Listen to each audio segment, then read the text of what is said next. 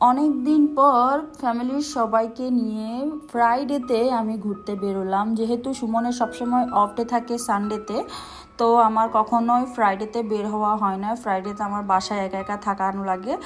তো for the very first time মনে হয় মানে বিয়ের পরে আমি শুক্রবারে বেরোইছি। যাই হোক, খুলশিতে একটা কাজ ছিল, সবাই মিলে ওটা শেষ করলাম। করার পর আমরা চলে যাচ্ছি পতেঙ্গা সি বিচে। শুক্রবারে নাকি অনেক ভিড় হয়, তো আজকে দেখবো। তারপর হচ্ছে আমি একটু গাড়ির ছাদে উঠে একটু ক্লিপ নিচ্ছিলাম। তখন এত বাতাস ছিল, আমার না লিটারালি খুবই ভয় করতেছিল যদি আমার মোবাইলটা পড়ে যায়। তাও আমি একটু ভয়ে ভয়ে ভিডিওটা নিচ্ছিলাম, আমার ভালোই লাগতেছিল। তারপর এই যে মানে পতেঙ্গা যাওয়ার যে ফ্লাইওভারটা, এটা না আমার মানে রাস্তাটা খুবই ভালো লাগতেছিল, অনেক ভালো লাগতেছিল। যখন একদম গাড়ি থাকে না তখন আরও বেশি ভালো লাগে। তো এই আর কি, রাস্তাটা না খুবই সুন্দর করেছে।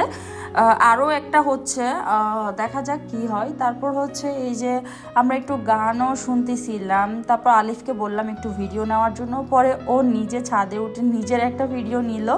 যাই হোক, মাশাল্লাহ, ও প্রায় সময় ওর সাথে থাকলে হচ্ছে আমার ভিডিওগুলো ওই করে দেয়।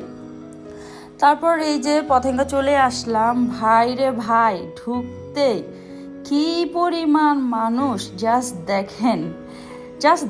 এটা হচ্ছে জাস্ট একটা সাইডে এত পরিমাণ মানুষ। আমি না কখনো সি বিচ আসার পরে এত মানুষ কখনোই দেখি নাই। এটা হচ্ছে আমার জন্য ফার্স্ট টাইম।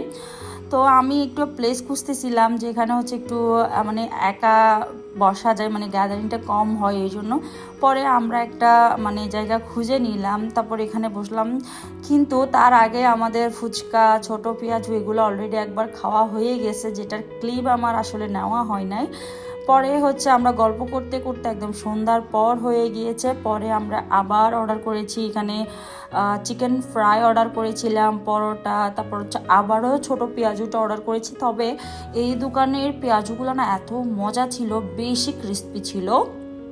খাওয়া দাওয়া শেষ করে তারপর হচ্ছে আমরা সবাই মিলে হচ্ছে মালাই চা অর্ডার করলাম।